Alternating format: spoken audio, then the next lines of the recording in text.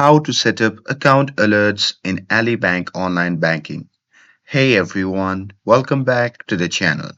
So if you want to stay updated on your account activity, well here is how to set up alerts in Ali Bank online.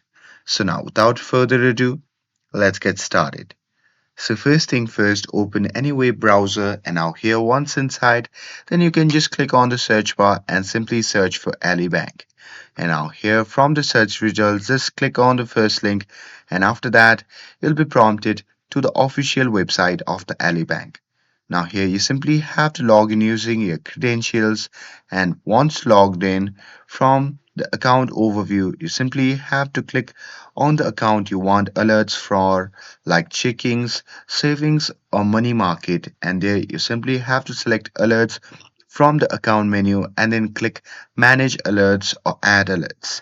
And there you simply have to choose the type of alert you want like low balance, large transactions, deposits or payment due and there you simply have to enter your email or phone number and set threshold if applicable and customize how you want to receive notification.